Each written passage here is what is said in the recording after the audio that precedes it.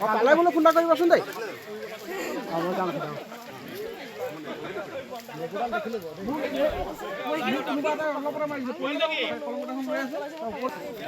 আহিলাই গৈ আছে সেইটোৱে নেকি হা নহয় নহয় তো হাৱা ছোৱালী থকা নেকি আকৌ ঠিক নাই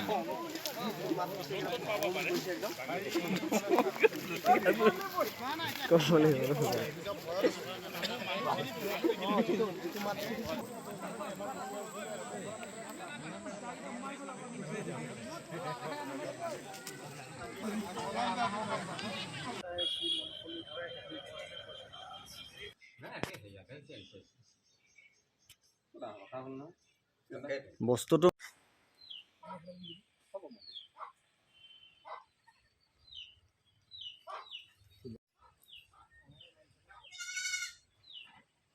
নিৰ্বাসী আচলতে নৱজিৎ শইকীয়াই মোক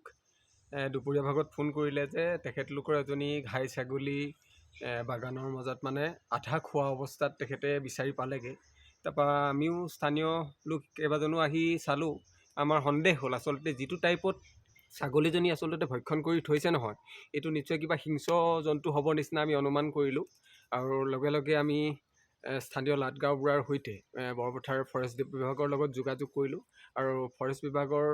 বিষয়াসকল আহি গোটেই মানে হেৰিটো পৰ্যবেক্ষণ কৰিলে তেখেতলোকে ছাগলীজনী চালে ছাগলীজনীৰ লগতে আমাৰ ওচৰৰে নয়নজিৎ শইকীয়াৰ এটা কুকুৰো উদ্ধাৰ হৈছে আৰু তেখেতলোকে কৈছে এইটো মানে বাঘেই হ'ব বুলি তেখেতলোকে কৈ থৈ গৈছে যে গতিকে স্থানীয় ৰাইজসকলক সজাগ হৈ থাকিবৰ বাবে অনুৰোধ জনাইছে সন্ধিয়া সময়ত জুই বা তেখেতলোকে বোম এনেকুৱা ধৰণৰ কিছুমান ফটকাৰ যোগান ধৰিম কৈছে গতিকে সেইখিনিও তেখেতলোকে আনি যোগান দিব গতিকে এটা অতি ভয়ানক এটা পৰিৱেশ আচলতে ইমান ডাঙৰ ছাগলী এজনী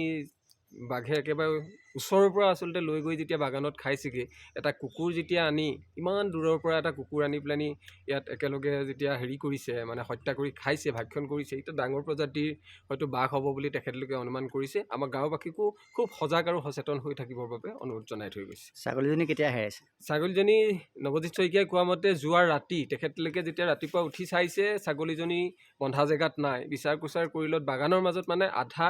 খাই থোৱা অৱস্থাত তেখেতৰ মানে ছাগলীজনী উদ্ধাৰ হৈছে লগালগ তেখেতে ইজনক সিজনক জনোৱাৰ পিছত আমিও আহিলোঁ আমাৰো সন্দেহ হ'ল এইটো সঁচাকৈ বাঘ হ'ব পাৰে নেকি লগালগ যোগাযোগ কৰাৰ পিছত তেখেতলোকে আহি গোটেইখিনি চাই চিতি কৈছে যে এইটো এটা অতি মানে